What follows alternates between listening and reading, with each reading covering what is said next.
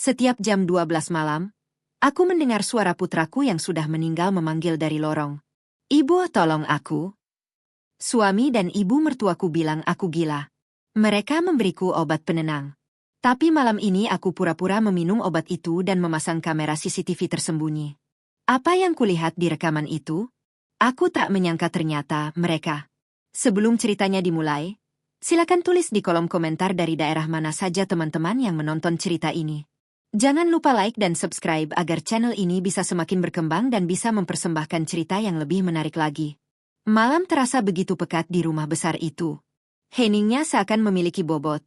Menekan telinga siapa saja yang terjaga. Di kamarnya yang luas dan dingin, Sasha menatap langit-langit. Matanya terbuka lebar, menolak untuk terpejam.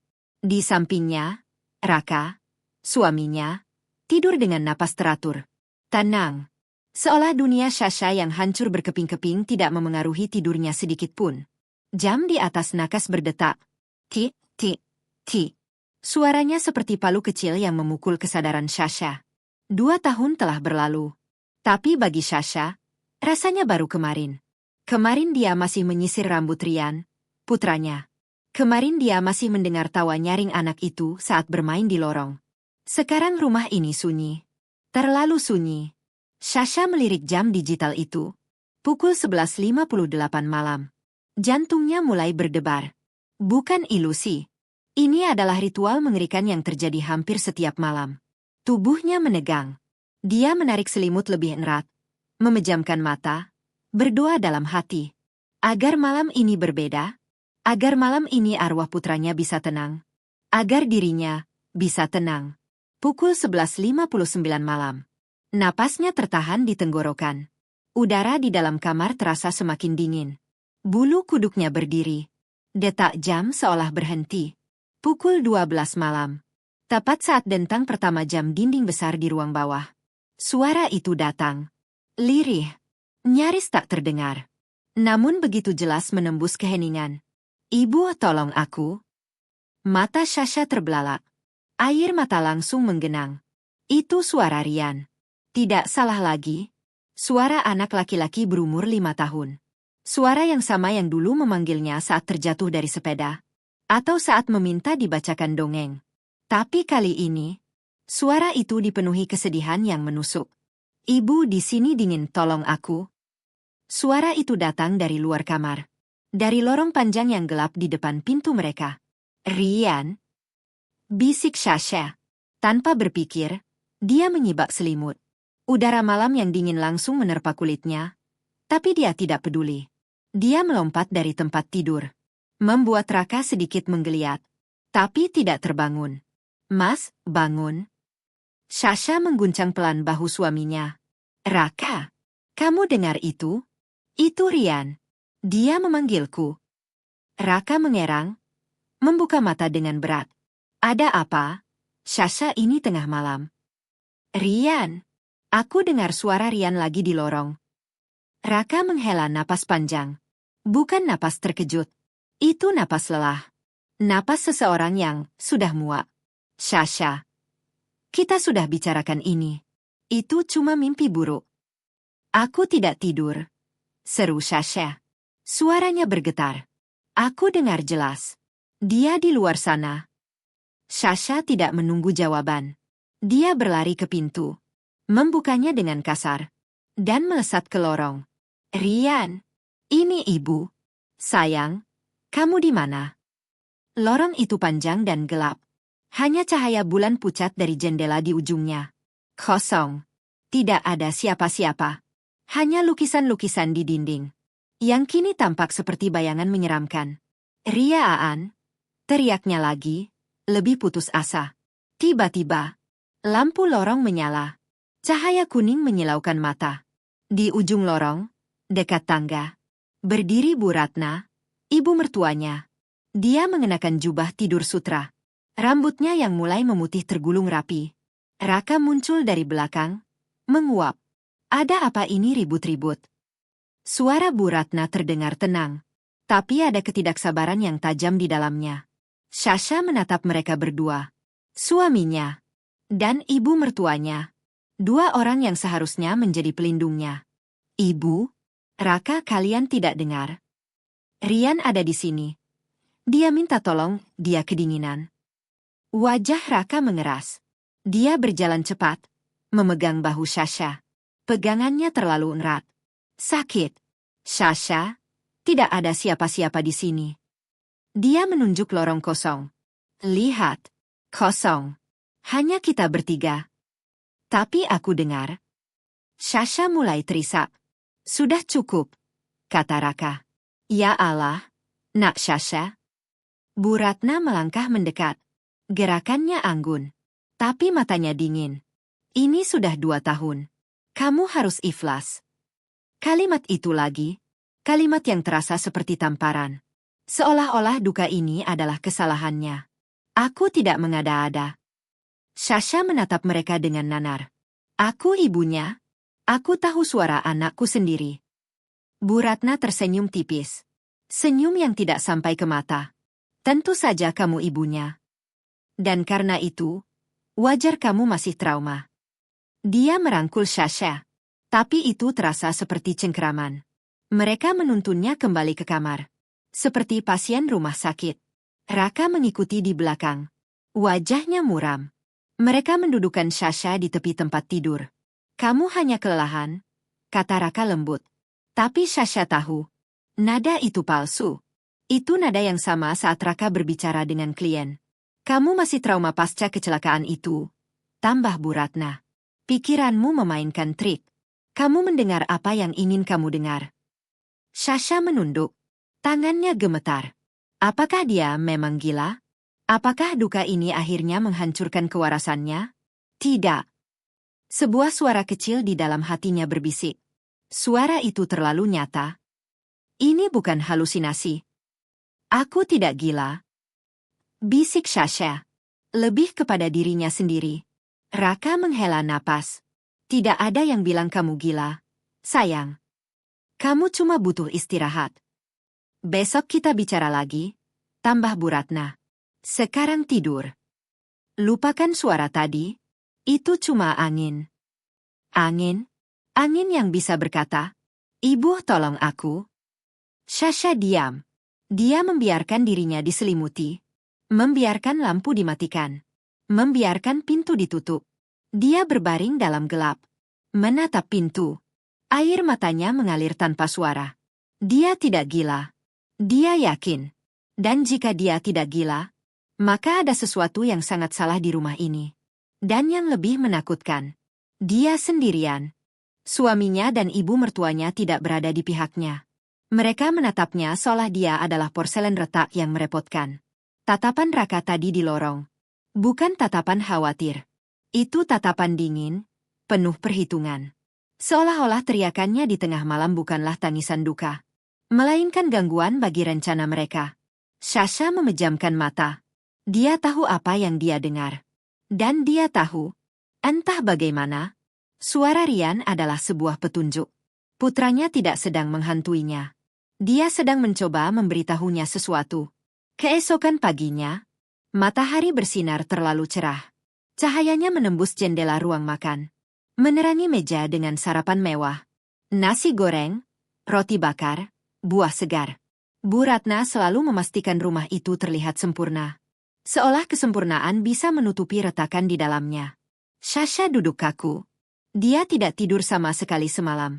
Setelah Raka dan Bu Ratna meninggalkannya, dia hanya terbaring, mendengarkan setiap suara kecil. Tapi suara Rian tidak kembali. Makan, Sasha. Suara Bu Ratna memecah keheningan. Nasi gorengnya nanti dingin. Sasha hanya mengaduk-aduk makanannya. Aku tidak lapar. Raka meletakkan korannya. Dia menatap Sasha dengan ekspresi yang dibuat-buat. Penuh simpati palsu. Sayang tentang semalam. Aku tahu apa yang akan kalian katakan. Potong Sasha. Suaranya serak. Aku trauma. Aku halusinasi. Aku butuh istirahat. Bukan begitu, kata Raka pelan. Kami hanya khawatir. Sudah 2 tahun, Sasha. Kamu tidak bisa terus begini. Kamu menyakiti dirimu sendiri. Jadi aku harus bagaimana? Sasha mengangkat kepala. Matanya merah. Aku harus pura-pura tidak mendengar suara anakku sendiri yang minta tolong setiap malam. Bu Ratna meletakkan sendoknya. Sasha, dengarkan ibu. Kami ini keluarga. Kami menyayangimu. Tapi kamu harus move on. Kata itu lagi. Move on. Seolah kehilangan anak semudah pindah rumah. Ini bukan soal move on. Sasha meninggikan suara. Ini soal fakta. Ada suara di lorong itu. Cukup. Bentak Raka. Untuk pertama kalinya, sejak Rian meninggal, dia membentaknya. Aku tidak mau dengar lagi. Kamu membuat ibu sedih. Kamu membuat rumah ini tidak nyaman. Hati Sasha menciut. Dulu, Raka adalah pelindungnya. Sekarang, dia seperti terdakwa di rumahnya sendiri. Maaf. Bisiknya. Bukan karena bersalah, tapi karena lelah. Keheningan kembali. Hanya suara sendok Bu Ratna. Begini, kata Bu Ratna setelah beberapa saat. Nadanya melembut. Ibu mengerti kamu tertekan. Ibu sudah bicara dengan dokter. Dia meresepkan sesuatu untukmu. Sasha menegang. Aku tidak mau obat. Ini bukan obat, kata Bu Ratna cepat. Ini vitamin. Supaya kamu rileks. Kalau kamu tidur nyenyak, halusinasi itu hilang. Sasha ingin berteriak, tapi dia tahu. Percuma. Nanti ibu antar ke kamar ya, kata Bu Ratna. Diskusi selesai. Sore itu, Sasha duduk di kamarnya. Buku terbuka di tangannya. Tapi dia tidak membaca. Pikirannya hanya satu. Lorong itu. Kenapa Rian minta tolong? Kenapa dia kedinginan? Toh. Pintu diketuk. Bu Ratna masuk. Membawa nampan. Segelas air. Dan sebutir pil putih kecil. Ini ya, nak. Diminum. Ibu. Sasha ragu. Bu Ratna duduk di sampingnya. Meraih tangannya. Tangannya dingin. Minum ya. Demi kebaikanmu. Demi ibu, demi Raka. Kami semua menderita melihatmu seperti ini. Kata-kata itu menusuk. Membuat Sasha merasa bersalah. Seolah dia beban. Kapan ibu ke dokter? Tanya Sasha. Tadi pagi, jawab Bu Ratna. Tapi kamu masih tidur. Dokter langganan keluarga. Sasha menatap pil itu. Kecil. Putih. Vitamin. Tentu, kata Bu Ratna. Dengan ragu, Sasha meminumnya. Rasanya pahit. Tidak seperti vitamin. Anak pintar, kata Bu Ratna. Sekarang istirahat. Pintu ditutup. Sasha berbaring. Dia tidak ingin tidur. Tapi, 10 menit kemudian, efeknya datang. Cepat. Terlalu cepat. Kelopak matanya berat. Ruangan berputar. Pikirannya keruh. Dia mencoba melawan. Tapi, tidak bisa. Seperti ditarik ke dalam kegelapan. Sasha tertidur. Dia tidak tahu berapa lama. Saat terbangun, dia setengah sadar. Tubuhnya kaku. Mulutnya kering. Pintu kamar sedikit terbuka. Dan dari celah itu, ada suara. Bisikan. Suara Raka. Dan Bu Ratna. Dia sudah minum. Itu suara Raka. Sudah. Dosisnya kuat. Harusnya dia tidur sampai besok. Bagus. Kita tidak punya banyak waktu. Sasha mencoba bergerak. Tapi tubuhnya tidak mau menurut. Bagaimana kalau dia terus teriak tiap malam? Tanya Raka. Justru bagus, jawab Bu Ratna. Semakin dia histeris, semakin mudah kita dapat surat dokter. Darah Sasha membeku. Dokter palsu. Tidak stabil. Warisan itu akan jadi milik kita. Jantung Sasha berdebar keras. Ini bukan trauma. Ini bukan duka. Ini konspirasi. Warisan itu akan jadi milik kita. Kalimat itu menggema di kepala Sasha. Lebih dingin dari suara apapun yang pernah dia dengar. Lebih menyeramkan daripada suara Rian di lorong setiap malam. Tubuhnya masih lumpuh oleh efek obat. Tapi pikirannya berlari liar. Proses apa? Warisan apa? Mereka merencanakan sesuatu. Mereka memberinya obat penenang dosis tinggi. Mereka sengaja membuatnya tertidur. Dan suara Rian, apakah itu juga bagian dari rencana mereka? Sasha memejamkan mata, memaksa dirinya tetap diam, berpura-pura tertidur lebih dalam. Dia mendengar langkah kaki mereka menjauh. Kegelapan kamar itu kini terasa berbeda. Bukan lagi kegelapan duka, melainkan kegelapan ancaman. Dia tidak sedang berhadapan dengan arwah. Dia berhadapan dengan manusia. Manusia yang menginginkan sesuatu darinya. Sesuatu yang berhubungan dengan warisan. Kabut obat perlahan menipis, digantikan oleh kesadaran yang dingin dan tajam. Permainan sudah dimulai. Sasha terbangun dengan rasa pening yang menusuk. Sisa-sisa obat semalam masih terasa, tetapi pikirannya sudah jernih. Proses apa? Dokter palsu? Warisan? Nama Dinda? Pengacara keluarganya? Terngiang di kepalanya. Kenapa Raka takut Dinda curiga? Sasha memaksakan diri untuk tenang. Dia harus bangun. Dia harus bersikap seolah tidak terjadi apa-apa. Dia harus berpura-pura bahwa obat itu bekerja. Dia harus menjadi aktris terbaik dalam hidupnya. Dia bangkit dari tempat tidur, sengaja membuat langkahnya sedikit goyah. Dia membasuh wajahnya, menatap pantulan dirinya di cermin. Mata bengkak, wajah pucat. Dia terlihat seperti orang yang kelelahan dan rapuh. Sempurna. Dia menuruni tangga menuju ruang makan. Raka dan Bu Ratna sudah ada di sana, persis seperti kemarin. Mereka langsung menatapnya begitu dia masuk. Pagi? Sapa Sasha dengan suara lemah. Pagi, sayang. Jawab Raka dengan senyum yang terlalu lebar. Tidurmu bagaimana? Nyenyak. Sasha duduk perlahan, memijat pelipisnya. Aku tidak tahu, rasanya berat sekali. Dia menatap Bu Ratna. Vitamin dari ibu manjur sekali. Aku bahkan tidak ingat apa-apa. Bu Ratna mengangguk puas. Syukurlah. Sudah ibu bilang, kamu hanya butuh istirahat. Malam tadi tidak ada halusinasi lagi, kan? Tanya Raka. Sasha diam sejenak, berpura-pura berpikir. Aku tidak ingat, mungkin tidak. Aku langsung tidur. Nah, bagus, kata Raka lega. Sasha memaksakan diri makan, tapi pikirannya terus berputar. Warisan. Dia teringat ayahnya, seorang pengusaha sukses.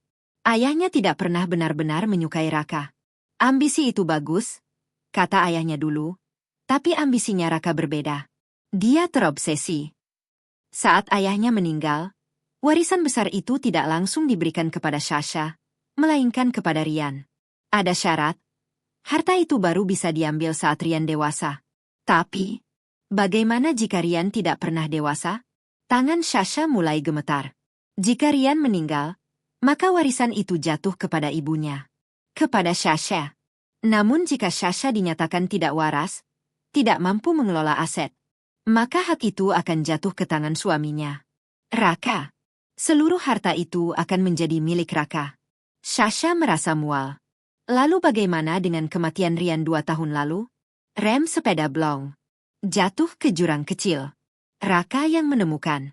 Raka yang menjelaskan semuanya. Sasha menatap pria itu di depannya. Pria yang tidur di sampingnya setiap malam. Monster macam apa dia? Dia harus tenang. Dia tidak boleh gegabah. Dia butuh bukti. Sekarang tentang suara itu. Ibu, tolong aku. Itu bukan halusinasi. Dan setelah mendengar percakapan semalam, dia yakin itu juga bukan hantu. Jika ini bagian dari rencana mereka, maka suara itu dibuat. Nada yang sama, kata yang sama, seperti rekaman. Rekaman. Pikiran Sasha melayang ke kamar Rian. Kamar yang sudah ditutup rapat oleh Bu Ratna dengan alasan agar dia cepat move on. Sebagian besar mainan Rian sudah disumbangkan.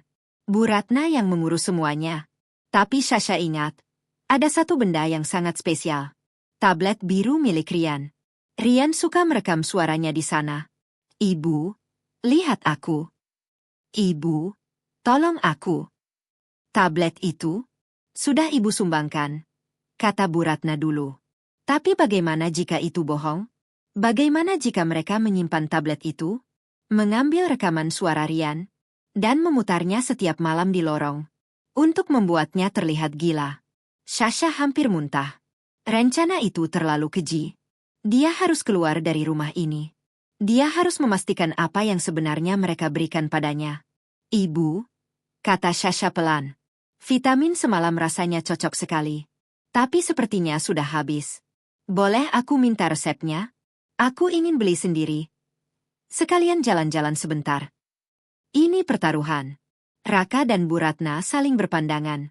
Oh tidak usah, nak, kata Bu Ratna cepat. Nanti ibu saja yang belikan. Tapi aku ingin keluar, kata Sasha pelan, mencoba terdengar manja. Aku bosan di rumah terus. Tidak, potong Raka tegas, lalu melembutkan suaranya. Kamu belum pulih, sayang.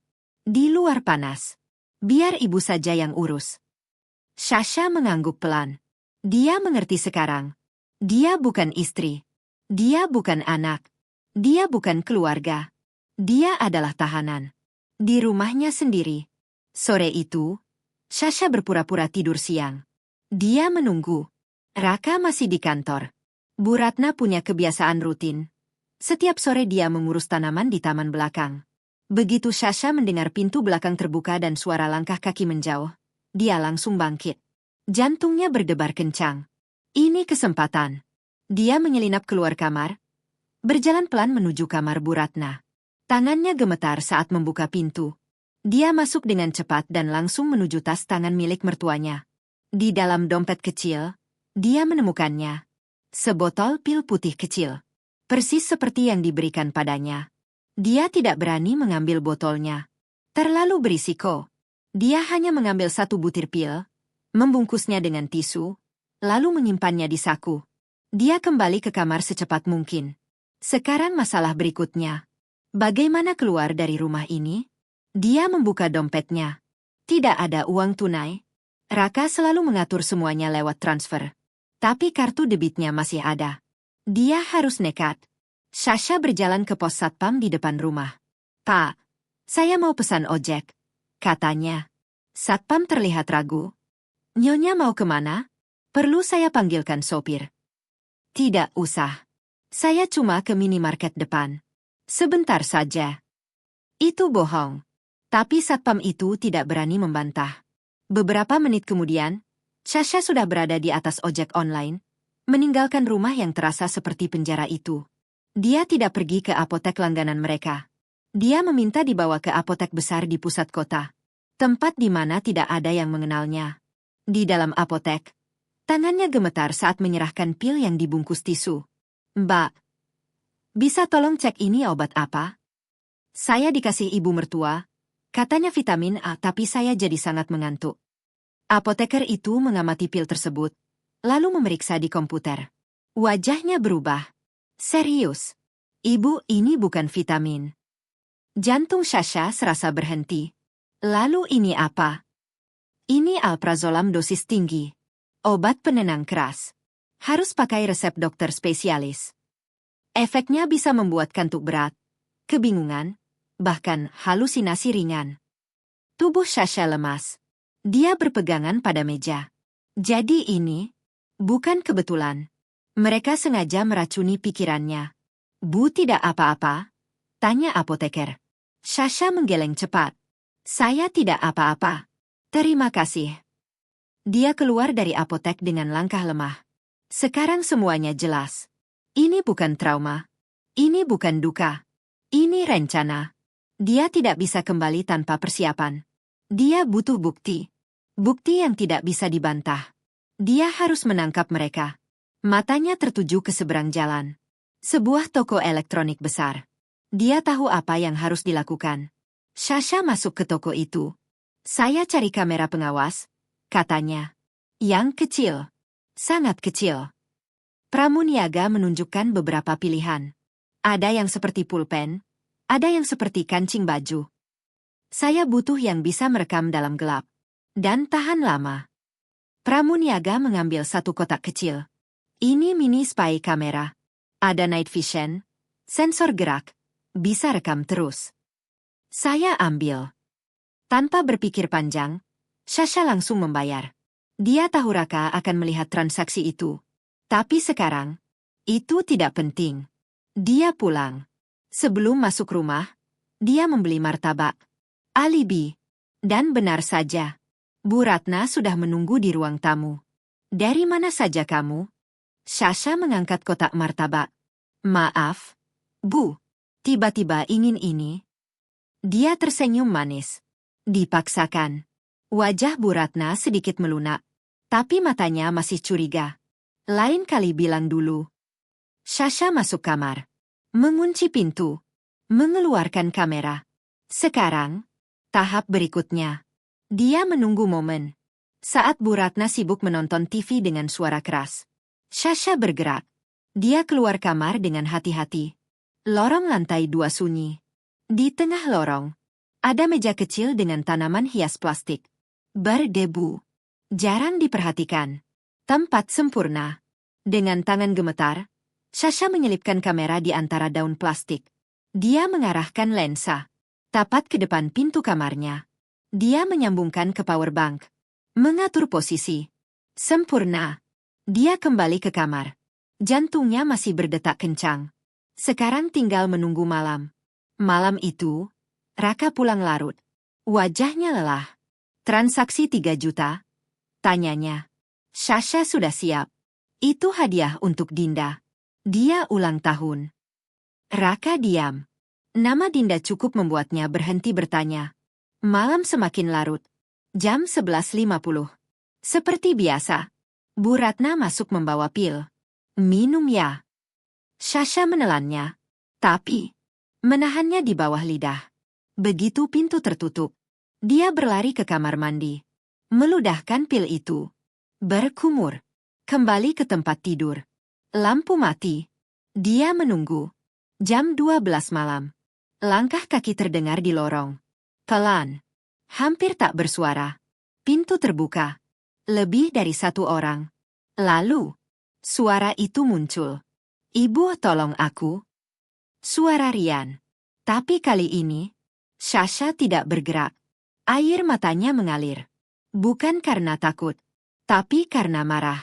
Kalian tertangkap. Dia menunggu. Menahan napas. Beberapa menit kemudian, langkah kaki menjauh. 1 jam berlalu. Sasha bangun. Perlahan. Dia keluar kamar. Mengambil kamera. Kembali. Mengunci pintu. Duduk di lantai.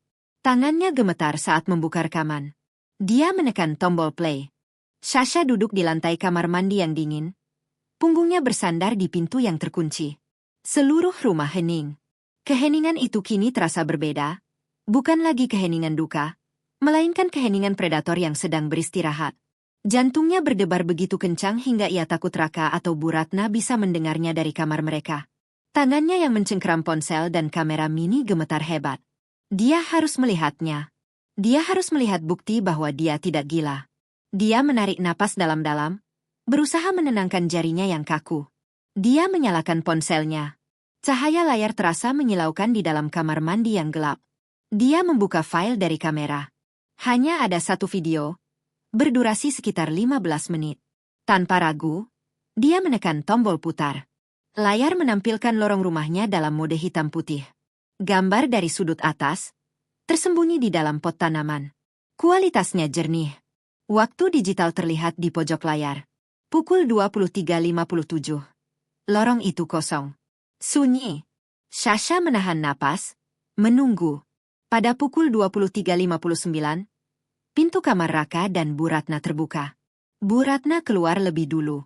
Dalam rekaman itu, tanpa senyum lembut yang biasa dia pakai, wajahnya terlihat sangat berbeda. Dingin, tajam, penuh perhitungan. Dia berjalan perlahan di atas karpet menuju pintu kamar Sasha. Lalu dia berhenti dan menempelkan telinganya ke pintu, memastikan Sasha sudah tertidur karena obat. Beberapa detik kemudian Raka keluar. Wajahnya tegang, tapi matanya penuh kewaspadaan. Mereka berdiri di depan pintu kamar Sasha seperti 2 orang yang sedang menjalankan sesuatu yang sudah direncanakan matang. Raka melihat jam tangannya, lalu mengangguk pelan. Sekarang, bisiknya. Sasha menahan napas. Lalu dia melihatnya dengan jelas. Bu Ratna merogoh saku jubah tidurnya dan mengeluarkan 2 benda. Sebuah ponsel dan sebuah speaker kecil berwarna hitam. Speaker Bluetooth. Tangan Sasha langsung gemetar hebat. Dia menutup mulutnya, menahan suara tangis yang hampir keluar. Bu Ratna menyalakan speaker itu. Lampu kecilnya berkedip.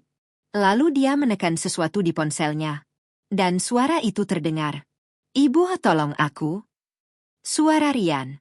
Suara yang selama ini menghantui setiap malam. Suara itu bukan datang dari lorong kosong. Bukan dari dunia lain. Tapi dari speaker kecil di tangan wanita yang selama ini pura-pura menyayanginya. Air mata Sasha mengalir deras. Tapi bukan lagi air mata kesedihan. Ini adalah kemarahan yang membakar. Dalam rekaman itu, Raka dan Bu Ratna hanya berdiri. Menunggu. Menunggu Sasha bereaksi. Menunggu dia berteriak, menangis, berlari keluar dalam kepanikan seperti malam-malam sebelumnya. Namun tidak ada suara. Tidak ada gerakan. Raka tersenyum tipis. Dia tidak bereaksi. Bu Ratna mengangguk puas. Dia mematikan speaker itu. Bagus. Obatnya bekerja. Dia tidur seperti mayat. Kalimat itu terasa seperti pisau yang ditancapkan ke dada Sasha. Raka menghela napas lega. Kita lanjutkan beberapa hari lagi. Biar dia benar-benar hancur. Lalu kita panggil dokter. Lanjut Bu Ratna. Hari Jumat. Suratnya pasti keluar. Semua beres. Raka mengangguk. Mereka berdua lalu berjalan santai kembali ke kamar, seolah tidak terjadi apa-apa. Lorong kembali kosong. Rekaman terus berjalan dalam keheningan selama beberapa menit sebelum akhirnya Sasha menghentikannya. Dia duduk diam di lantai. Tubuhnya tidak lagi gemetar seperti tadi. Rasa dingin yang sebelumnya menyelimuti tubuhnya kini berubah menjadi sesuatu yang lain. Panas. Tajam. Membakar dari dalam. Mereka telah menghancurkannya perlahan. Menggunakan suara anaknya sendiri sebagai senjata. Meracuninya. Membuatnya meragukan kewarasannya sendiri. Suaminya. Ibu mertuanya. Semua air matanya mengering. Dia tidak bisa hancur. Kalau dia hancur, mereka menang. Kalau dia terlihat gila, mereka menang. Dia harus tenang. Dia harus berpikir. Rekaman ini adalah bukti. Bukti yang tidak terbantahkan. Tapi dia tidak bisa menyimpannya di ponselnya. Terlalu berbahaya. Jika Raka atau Bu Ratna memeriksa ponselnya, semuanya akan berakhir. Dia membuka aplikasi pesan dan menemukan satu nama, Dinda. Sahabatnya. Satu-satunya orang yang bisa dia percaya. Tangannya mulai mengetik dengan cepat. Dinda, aku dalam bahaya besar. Jangan telepon aku. Mereka mengawasiku. Aku akan kirim video. Ini bukti. Dia menekan kirim. Lalu melampirkan video tersebut. Proses pengiriman berjalan. 1%. 10%. 50%. 80%. Jantungnya berdegup kencang. Dia terus menatap pintu. Takut seseorang tiba-tiba masuk. 99%. Terkirim. Sasha langsung menghapus file video itu dari galeri. Menghapusnya dari folder sampah. Tidak boleh ada jejak. Dia mematikan ponselnya. Lalu mengambil kamera kecil itu dan menyembunyikannya di dalam koper lama, dibungkus kain agar tidak mencurigakan. Setelah semuanya selesai, dia kembali ke tempat tidur. Dia tidak tidur. Matanya terbuka menatap langit-langit. Dia bukan lagi korban yang berduka. Dia adalah seorang ibu yang akan membalas. Pagi itu, Dinda terbangun pukul 5 oleh getaran ponselnya. Bukan panggilan, melainkan notifikasi pesan darurat yang dia atur khusus untuk beberapa klien penting. Sasha adalah salah satunya. Dinda langsung duduk tegak di tempat tidurnya. Saat membaca pesan dari Sasha, darahnya langsung berdesir. Aku dalam bahaya besar. Jangan telepon. Tanpa membuang waktu, Dinda membuka file video yang dikirim. Dia menonton rekaman 15 menit itu dengan napas tertahan. Wajahnya yang biasanya tenang dan profesional berubah pucat. Dia melihat Bu Ratna mengeluarkan speaker, mendengar suara Rian diputar, dan percakapan dingin antara Raka dan ibunya. Tidur seperti mayat. Panggil dokter. Hari Jumat. Dinda menurunkan ponselnya perlahan. Ya Tuhan. Sasha. Bisiknya. Ini bukan sekadar masalah keluarga. Ini sudah masuk ranah kriminal. Percobaan manipulasi mental. pemberian obat terlarang, dan rencana pemalsuan dokumen medis. Sebagai pengacara, Dinda tahu rekaman ini sangat kuat. Tapi instingnya mengatakan ada sesuatu yang lebih besar. Kenapa mereka melakukan ini? Jawabannya hanya satu, warisan. Dinda langsung bangkit, bahkan tidak sempat mandi. Dia membuat kopi cepat lalu menuju ruang kerjanya. Laptop dinyalakan. Dia membuka arsip digital dan menarik dokumen penting. Surat wasiat ayah Sasha. Dia membaca ulang dengan cepat, lalu semakin fokus. Semua aset utama ditempatkan dalam sebuah trust fund atas nama Rian. Sasha ditunjuk sebagai wali pengelola sampai Rian berusia 21 tahun. Dinda mengangguk pelan. Ini masuk akal. Lalu dia membaca klausul berikutnya. Jika Rian meninggal sebelum usia 21 tahun, seluruh aset akan dialihkan sepenuhnya kepada ibu kandungnya, Sasha. Dinda menahan napas. Ini dia. Kematian Rian 2 tahun lalu membuat Sasha menjadi pewaris utama. Tapi itu belum selesai. Dinda lanjut membaca. Jika Sasha dinyatakan tidak kompeten secara mental atau fisik berdasarkan surat dokter, maka hak pengelolaan akan dialihkan kepada suaminya, Raka. Dinda bersandar di kursinya. Semuanya menjadi sangat jelas. Rencana mereka terdiri dari 2 tahap. Tahap pertama, menyingkirkan Rian agar warisan jatuh ke Sasha. Tahap kedua, membuat Sasha terlihat gila agar warisan jatuh ke Raka. Rekaman CCTV tadi malam adalah bukti kuat untuk tahap kedua. Tapi bagaimana dengan tahap pertama? Kematian Rian? Apakah benar kecelakaan? Dinda tidak percaya pada kebetulan. Dia mulai membuka arsip lama. Laporan kepolisian tentang kecelakaan 2 tahun lalu muncul di layar. Semuanya tampak normal. Kecelakaan tunggal akibat rem sepeda blong. Kasus ditutup. Tapi Dinda tidak puas. Dia menggali lebih dalam. Mengakses laporan medis awal dari petugas darurat yang pertama datang ke lokasi. Dia membaca cepat. Trauma kepala. Jatuh. Konsisten. Hampir saja dia menutup file itu. Tapi di bagian paling bawah, ada satu catatan tambahan. Ditemukan memar melingkar pada kedua pergelangan tangan korban. Pola tidak konsisten dengan cedera jatuh. Dinda membeku. Memar melingkar. Seperti bekas pegangan. Seolah seseorang menahan Rian. Jantungnya berdebar. Ini bukan kecelakaan. Sementara itu, di rumah yang terasa seperti penjara, Sasha turun untuk sarapan. Dia harus memainkan perannya dengan sempurna. Rambutnya sengaja dibiarkan sedikit berantakan. Wajahnya pucat. Matanya kosong. Dia terlihat seperti orang yang perlahan kehilangan akal sehatnya. Pagi, katanya lirih. Raka dan Bu Ratna menatapnya dengan intens. Tidurmu bagaimana? Tanya Bu Ratna. Nyenyak. Jawab Sasha pelan. Aku bahkan tidak ingat apa-apa. Bagus, kata Raka cepat. Artinya obatnya bekerja. Sasha hanya mengangguk pelan, berpura-pura lemah. Di dalam pikirannya, semuanya sudah berubah. Dia tahu kebenarannya. Dia tahu siapa musuhnya. Dan sekarang, dia akan mulai bermain. Begitu Raka berangkat ke kantor dan Bu Ratna sibuk dengan kegiatannya, Sasha langsung kembali ke kamarnya.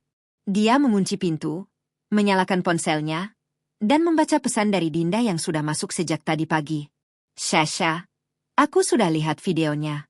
Tetap tenang. Kamu melakukan hal yang benar. Tapi ini baru permulaan. Rekaman itu membuktikan mereka mencoba membuatmu gila. Sekarang kita harus membuktikan sesuatu yang lebih besar. Kita harus membuktikan kematian Rian bukan kecelakaan. Tangan Sasha langsung gemetar membaca kalimat itu. Pesan berikutnya masuk. Aku menemukan kejanggalan di laporan medis lama. Ada memar di pergelangan tangan Rian. Itu bukan akibat jatuh. Aku curiga ada unsur kesengajaan. Aku butuh bukti fisik. Ini berbahaya, tapi hanya kamu yang bisa melakukannya. Sasha menelan ludah. Aku butuh kamu masuk ke ruang kerja Raka. Cari apa saja. Dokumen, kwitansi, asuransi, apapun yang berhubungan dengan sepeda Rian atau uang. Jangan sampai ketahuan. Sasha menatap layar ponselnya lama. Ruang kerja Raka.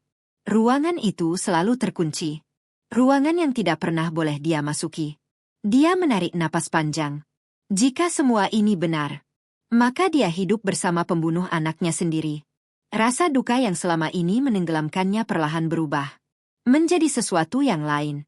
Dingin, keras, mematikan, kemarahan. Dia berdiri di depan cermin, menatap dirinya sendiri. Aku harus jadi gila di mata mereka, bisiknya pelan. Hari itu, dia mulai memainkan perannya dengan lebih ekstrim. Dia keluar kamar dengan langkah tidak stabil, berjalan melewati ruang tengah tempat Bu Ratna duduk menonton televisi. Tatapan tajam wanita itu langsung mengikuti setiap gerakannya. Di dapur, Sasha membuka kulkas dan hanya berdiri diam menatap isi di dalamnya selama beberapa detik, seolah lupa apa yang ingin dia lakukan. Lalu dia menutupnya tanpa mengambil apapun. Dia mengambil gelas, tapi tidak mengisinya. Hanya memegangnya sambil menatap kosong ke arah dinding. Sasha, panggil Bu Ratna dari belakang. Sasha tersentak. Gelas di tangannya terlepas dan jatuh ke lantai, pecah berkeping-keping. Dia langsung berjongkok. Bukan mengambil sapu, melainkan memungut pecahan kaca itu dengan tangan kosong. Ya ampun, kamu ini apa yang kamu lakukan? Bu Ratna berlari menghampiri, menarik tangannya. Sasha menatap pecahan kaca itu dengan ekspresi kosong. Bu, kacanya pecah. Tentu saja pecah. Kamu yang menjatuhkannya, bentak Bu Ratna, lalu menariknya berdiri. Sasha tidak menjawab. Dia hanya diam. Kosong. Sore harinya, dia melanjutkan sandiwara. Dia berjalan ke lorong lantai 2. Berhenti di depan kamar Rian yang sudah lama terkunci.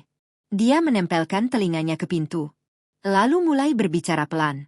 Rian, ini ibu. Sayang, ibu dengar kamu. Ibu dengar kamu tiap malam. Suaranya dibuat bergetar, seolah benar-benar berbicara dengan sesuatu di balik pintu. Iya, ibu tahu. Ibu tahu mereka jahat. Tiba-tiba, pintu kamar Bu Ratna terbuka. Sasha. Sasha langsung berbalik dengan wajah ketakutan. Ibu, sejak kapan di situ? Kamu bicara dengan siapa? Tanya Bu Ratna tajam. Tidak, aku tidak bicara. Sasha mundur. Tadi kamu bilang mereka jahat. Siapa yang jahat? Sasha menggeleng cepat. Tidak ada. Ibu salah dengar. Dia langsung masuk kamar dan menutup pintu. Jantungnya berdebar. Bukan karena takut, tapi karena berhasil.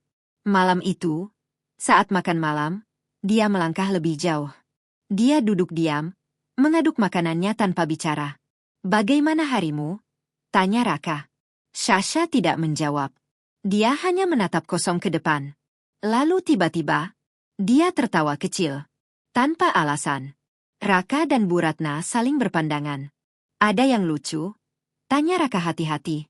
Sasha menggeleng. Tidak. Dia menunduk lagi. Barusan aku lihat kelinci di bawah meja. Keheningan langsung memenuhi ruangan. Tidak ada kelinci. Bu Ratna menarik napas pelan. Sudah, jangan diajak bicara. Katanya lirih. Dia sedang tidak sadar. Raka mengangguk pelan. Tapi di matanya, ada sesuatu. Kepuasan. Setelah makan malam, seperti biasa, Bu Ratna datang membawa pil. Ini obatmu, katanya lembut seperti menenangkan anak kecil. Sasha mengambilnya, memasukkannya ke mulut, menahannya di bawah lidah. Begitu Bu Ratna keluar, dia langsung meludahkannya di kamar mandi. Dia kembali ke tempat tidur. Menunggu. Tepat tengah malam. Suara itu kembali diputar. Ibu, tolong aku. Sasha tetap diam. Tidak bergerak.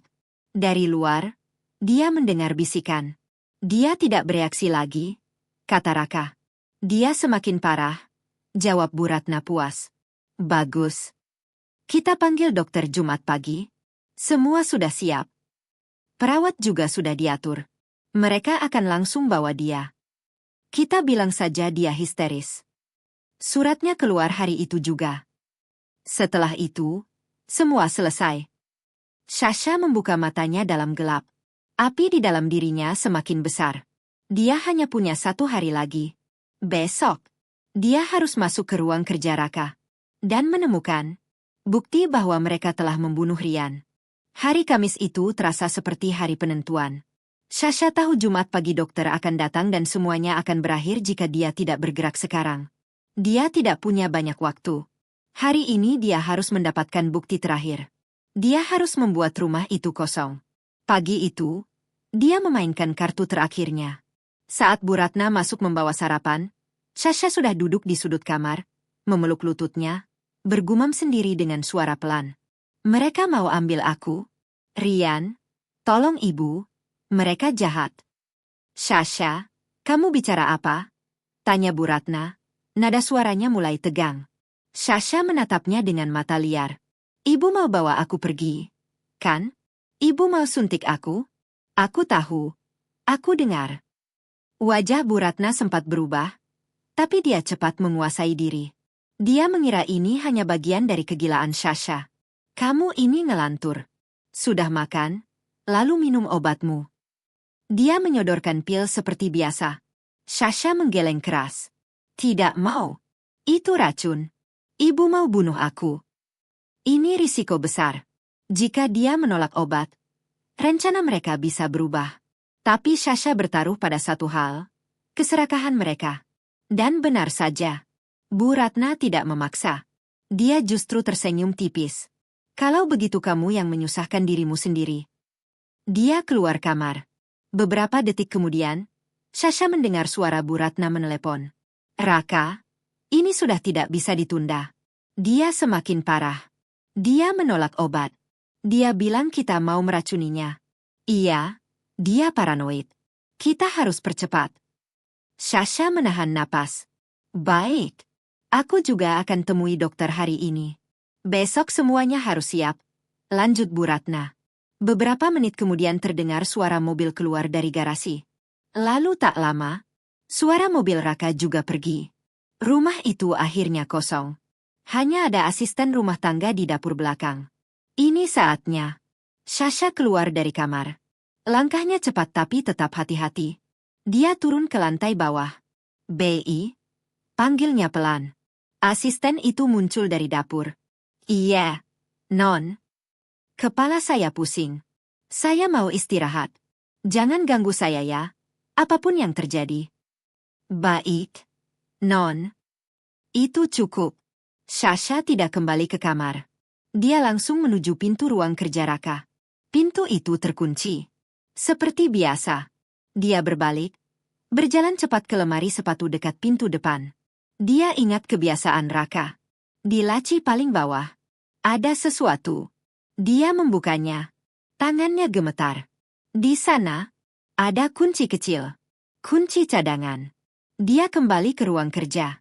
Memasukkan kunci. Klik. Pintu terbuka. Dia masuk. Langsung mengunci pintu dari dalam. Ruangan itu dingin. Sunyi. Rapi. Terlalu rapi. Ini bukan ruangan seorang suami. Ini ruangan seorang perencana. Sasha menelan ludah. Dia tidak punya waktu. Dia mulai mencari. Laci meja. Terkunci. Lemari arsip. Terkunci. Dia berlutut. Memeriksa bagian bawah meja. Dan dia menemukannya. Kunci kecil tersembunyi. Dia membuka laci. Isinya dokumen biasa. Tagihan. Kontrak. Tidak ada yang mencurigakan. Dia frustrasi. Waktu terus berjalan. Lalu, matanya tertuju pada lukisan di dinding. Terlalu biasa. Mencurigakan.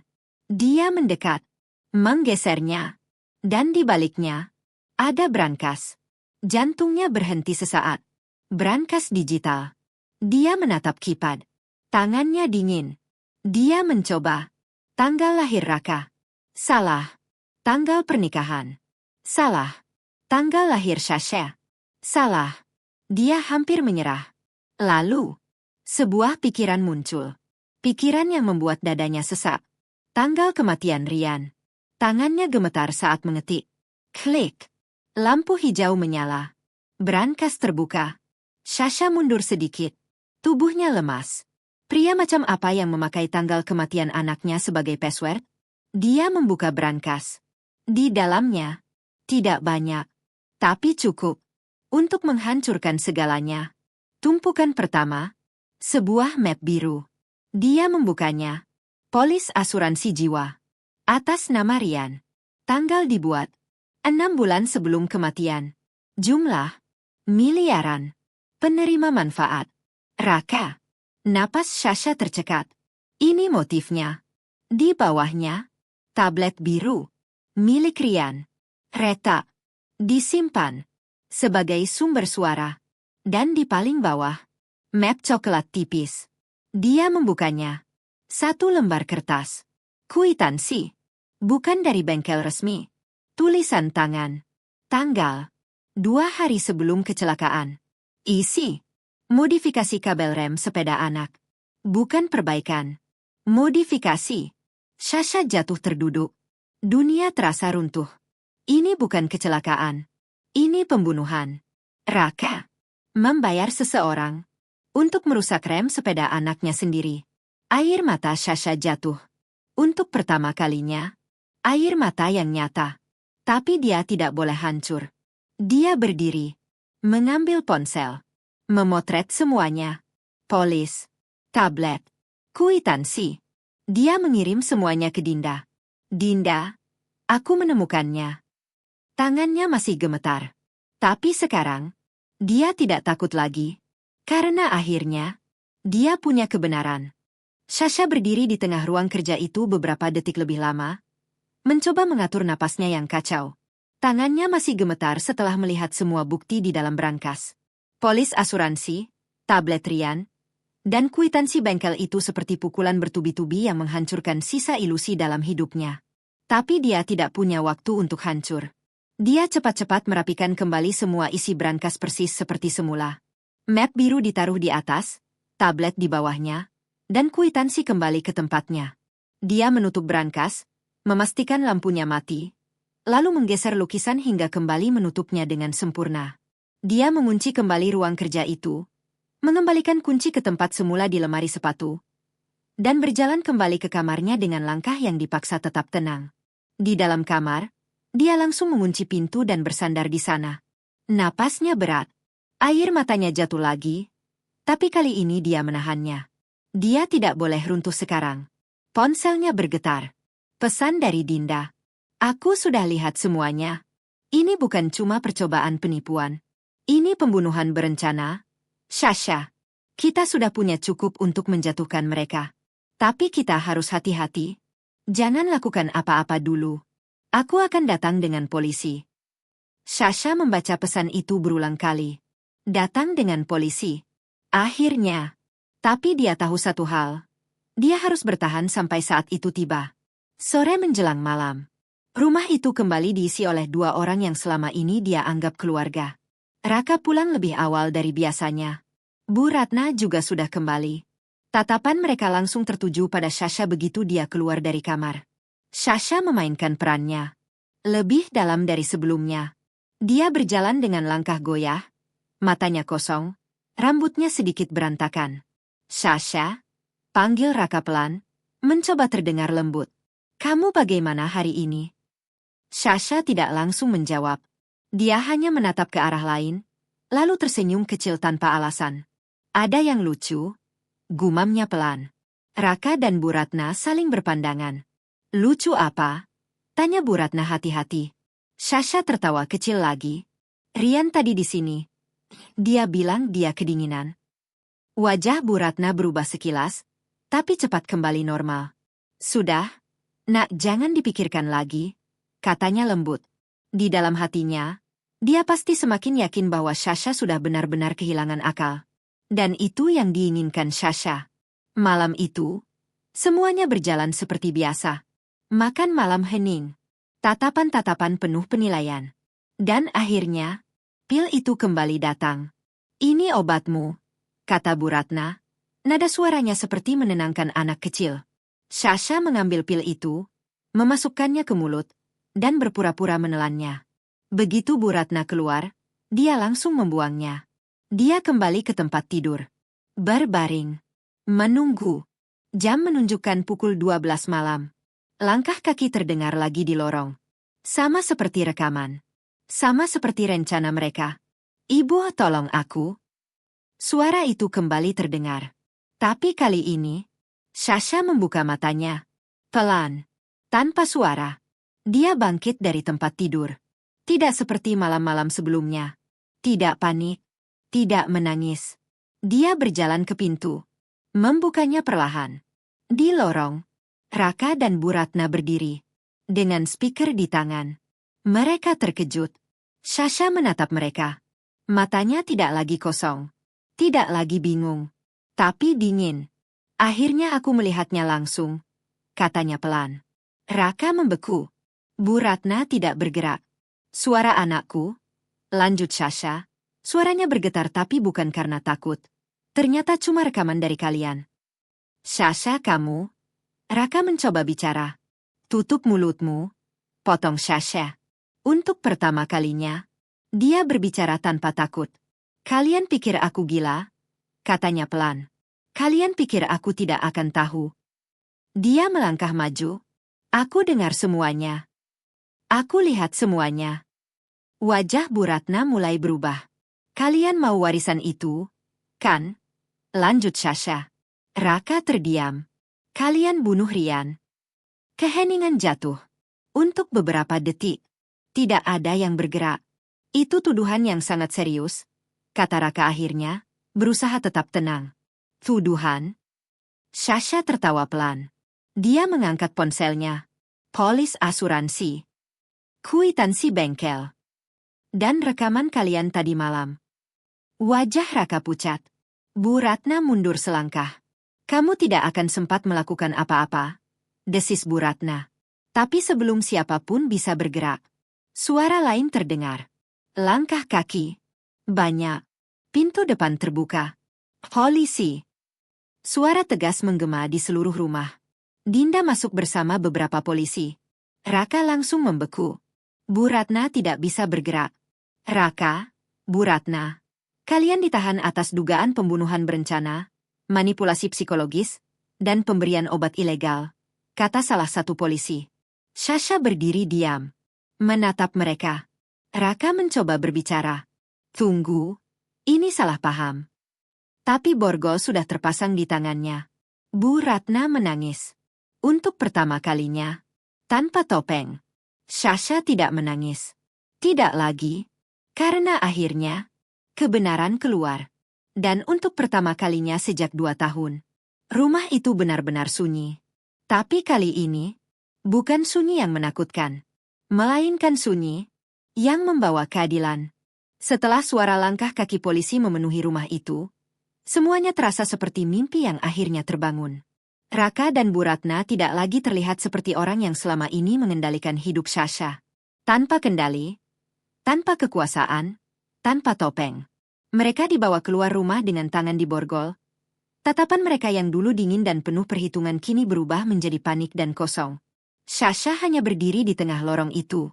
Lorong yang selama ini menjadi sumber ketakutannya. Tempat di mana suara Rian selalu terdengar setiap malam. Sekarang, lorong itu sunyi. Benar-benar sunyi. Dinda menghampirinya perlahan. Sasha, suaranya lembut. Sasha menoleh. Untuk pertama kalinya, dia melihat seseorang yang benar-benar berada di pihaknya. Tanpa berpura-pura kuat, tubuhnya langsung lemas. Dia hampir jatuh jika Dinda tidak segera memeluknya. Tangis itu akhirnya pecah. Bukan tangis ketakutan. Bukan tangis kebingungan. Tapi tangis yang selama 2 tahun dia tahan. Tangis kehilangan. Tangis seorang ibu. Aku terlambat. Bisik Sasha di bahu Dinda. Aku tidak bisa melindungi dia. Dinda menggeleng pelan. Kamu tidak terlambat. Kamu menemukan kebenaran. Dan kamu menghentikan mereka. Sasha memejamkan mata. Air matanya terus mengalir. Untuk pertama kalinya, dia tidak menahannya. Hari-hari setelah itu berjalan seperti kabut yang perlahan menghilang. Rumah itu tidak lagi terasa seperti penjara. Tidak ada lagi suara langkah kaki tengah malam. Tidak ada lagi suara Rian yang diputar dari lorong. Tidak ada lagi pil pahit yang dipaksakan masuk ke tubuhnya. Yang tersisa, hanya keheningan. Tapi kali ini, keheningan itu tidak menekan. Tidak menakutkan. Keheningan itu jujur. Proses hukum berjalan. Dengan bukti yang dikumpulkan, rekaman, obat, dokumen asuransi, dan kwitansi bengkel, Semuanya menjadi jelas. Raka dan Bu Ratna tidak bisa mengelak lagi.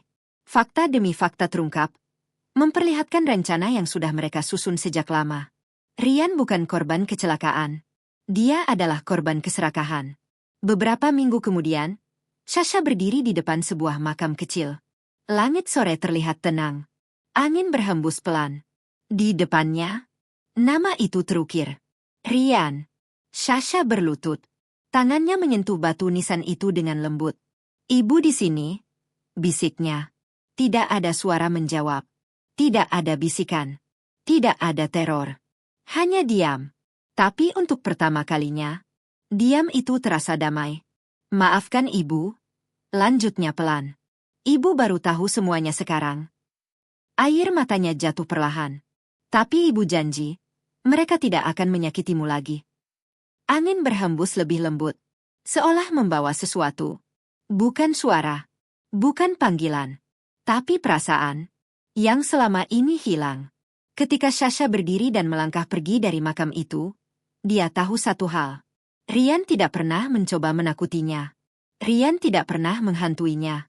Rian mencoba menyelamatkannya. Dan sekarang, akhirnya, Sasha bebas. Terbebas dari ketakutan. Terbebas dari kebohongan. Terbebas dari orang-orang yang selama ini menghancurkan hidupnya. Malam itu, untuk pertama kalinya setelah 2 tahun, Sasha tidur. Tanpa suara, tanpa bayangan, tanpa rasa takut. Dan untuk pertama kalinya, dia benar-benar beristirahat.